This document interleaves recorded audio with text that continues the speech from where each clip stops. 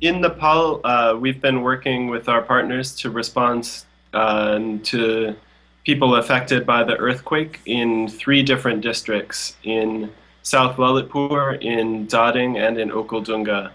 And this response has been providing people with emergency relief supplies, with tarps to make a place to sleep, with mattresses and blankets, with food and cooking materials for those whose houses have collapsed. And one of the things that we were able to do, because these were areas where MCC already had projects running, already had local partners, already had that local knowledge, is that we were really able to reach remote communities, and in many cases we are the first place that the first agency that people were able to get relief from. In Okhaldunga, we went to really remote communities, and the aid that we provided to families there traveled first on two larger trucks. It had to be then transferred to smaller trucks to accommodate the road. Then to tractors pulling wagons with the relief, and finally it was carried by hand by porters. So that gives you a bit of an idea of the difficulty of the geography we're working with, but also just the ability of our local partners who know these communities, who know the situation, who have relationships with people in these communities to work tremendously hard and to get materials to people very quickly. One of our other partners, they were able to mobilize about 50 community volunteers to work together with them about to prepare relief materials for their friends and neighbors. And in some cases, staff members of this partner had their own homes were damaged, were destroyed, but they were still able and willing to come together as a community, bring these volunteers together, and provide relief to those in the community that they know are less fortunate than them. So I think that's really just been incredible to see people who are so willing to give them themselves and to work. And so that's some of the relief that we've done to date, and we're working at providing more as well.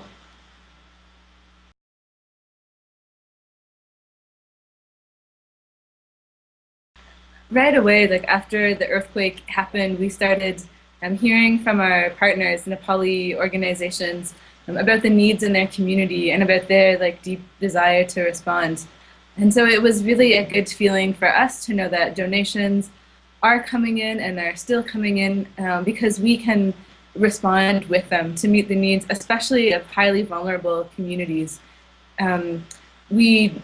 In our relief, we first focus on houses that include female-headed households who are more vulnerable in Nepali society, households that have babies, young children, or pregnant women who have higher needs for food and shelter, and homes with elderly people in them as well.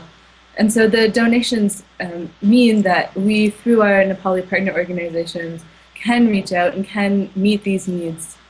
And I know it's very encouraging for people who have lost their homes and everything in it to know that they have access to their daily needs for food, daily needs for shelter, and that's not possible without donations. So a little bit of money goes a long way here. I think a tarp costs about $7, but it makes all the difference to somebody who before that had to sleep in the rain.